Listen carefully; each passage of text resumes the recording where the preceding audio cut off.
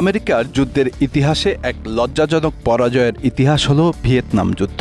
১৯৫৫ সালে শুরু হয়ে ১৯৭৫ সাল পর্যন্ত দীর্ঘ ২০ বছরের যুদ্ধে আমেরিকা হারিয়েছে ৫৮,০০০-এর বেশি সৈনিক। যুদ্ধ শেষে উত্তর ভিয়েতনাম ৫৯১ জন যুদ্ধবন্দীকে ফেরত দিলেও ১২০০ নিহত আমেরিকান সেনার লাশ ফেরত দেয়নি। ওই যুদ্ধে ৩ লাখের বেশি আমেরিকান সেনা আহত হয়েছিল। ভিয়েতনাম যুদ্ধ বিশ্বকে দেখিয়েছিল কিভাবে আমেরিকার মতো সবচেয়ে শক্তিশালী সামরিক ক্ষমতাধর দেশকে বুদ্ধি আর সাহসের জোরে নাকানি চুবানি খাওয়ানো যায়।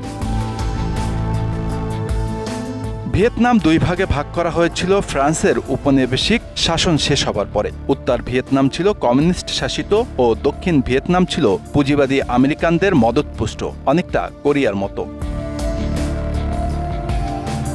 উত্তর ভিয়েতনাম দক্ষিণ ভিয়েতনামকে দখল করে ভিয়েতনামকে এক করতে চেয়েছিল পুঁজিবাদকে ভিয়েতনাম থেকে তাড়াতে। তাদের ২০ বছরের দীর্ঘ সংগ্রামই হল ভিয়েতনাম যুদ্ধ। এই যুদ্ধে ভিয়েতনামের জয়ের পেছনে কয়েকটি নিয়ামক হিসেবে কাজ করেছিল।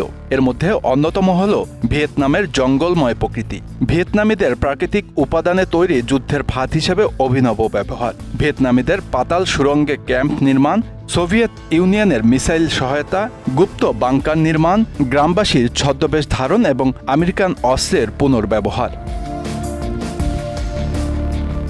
এই যুদ্ধে যুক্তরাষ্ট্রের সামরিক এবং রাজনৈতিক শাসনকেও এক অস্বস্তিকর বাস্তবতার মুখোমুখি দাঁড় করিয়েছিল। ১৯৫৫ থেকে ১৯৭৫ সাল পর্যন্ত দীর্ঘায়িত এই যুদ্ধের মূল কারণ ছিল যুক্তরাষ্ট্রের কমিউনিজম বিরোধী নীতি। দ্বিতীয় বিশ্বযুদ্ধের পর থেকে সোভিয়েত ইউনিয়নের প্রভাব বাড়তে থাকায় যুক্তরাষ্ট্র তার সাম্রাজ্যবাদী লক্ষ্য অর্জনের জন্য দক্ষিণ ভিয়েতনামে হস্তক্ষেপ শুরু করে। যুক্তরাষ্ট্রের ধারণা ছিল যদি দক্ষিণ ভিয়েতনাম কমিউনিস্টদের হাতে পড়ে তবে ডমিনো ইফেক্টের মতো অন্য অনেক দেশেও কমিউনিজম ছড়িয়ে পড়বে। এই ধারণা থেকেই তারা উত্তর ভিয়েতনামের বিরুদ্ধে যুদ্ধে জড়িয়ে পড়ে।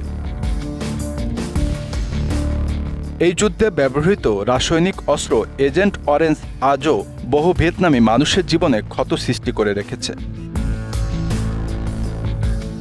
ভিয়েতনাম যুদ্ধে সবচেয়ে বড় প্রভাব পড়ে যুক্তরাষ্ট্রের নিজস্ব সমাজে। যুদ্ধের বিরুদ্ধে আন্দোলন, বিক্ষোভ এবং প্রচার মাধ্যমে সমালোচনা যুদ্ধের বিরুদ্ধে এক অভূতপূর্ব সামাজিক আন্দোলন সৃষ্টি করে। তরুণ প্রজন্ম, বিশেষ করে ছাত্র সমাজ এবং বুদ্ধিজীবীরা এই যুদ্ধের বিরুদ্ধে মুখর হয়ে ওঠে।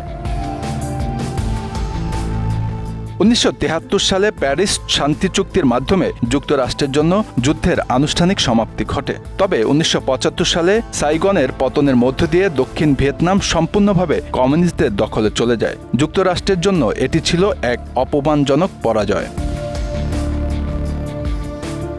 Bangla affairs news desk.